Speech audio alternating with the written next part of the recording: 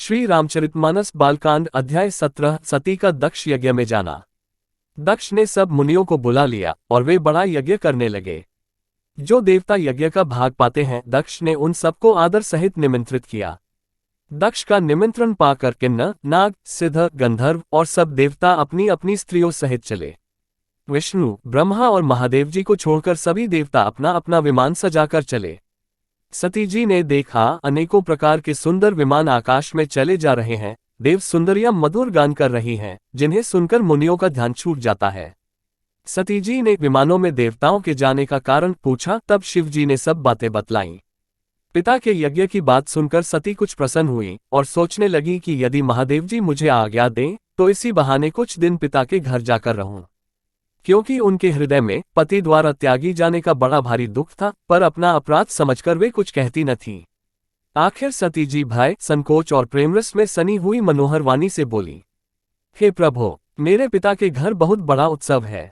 यदि आपकी आज्ञा हो तो हे कृपाधाम, मैं आदर सहित उसे देखने जाऊं। शिवजी ने कहा, तुमने बात तो अच्छी कही, यह मेरे मन को भी पसंद आई, पर उन्होंने न्योता नहीं भेजा, यह अनुचित है। दक्ष ने अपनी सब लड़कियों को बुलाया है, किंतु हमारे बैर के कारण उन्होंने तुमको भी भुला दिया। एक बार ब्रह्मा की सभा में हमसे अप्रसन्न हो गए थे, उसी से वे अब भी हमारा अपमान करते हैं। हे भवानी, जो तुम बिना बुलाए जाओगी तो न शील स्नेह ही रहेगा और न मान मर्यादा ही रहेगी।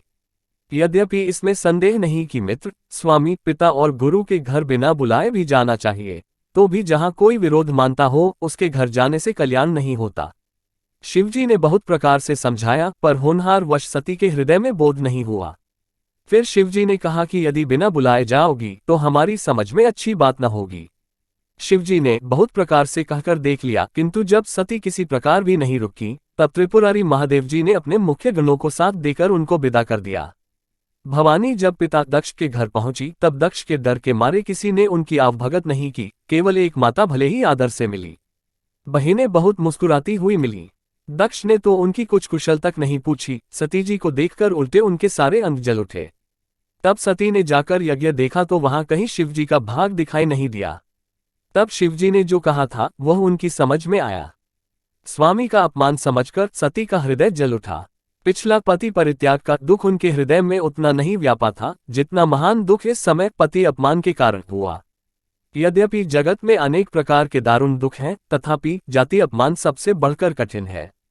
ये समझकर सती जी को बड़ा क्रोध हो आया। माता ने उन्हें बहुत प्रकार से समझाया बुझाया।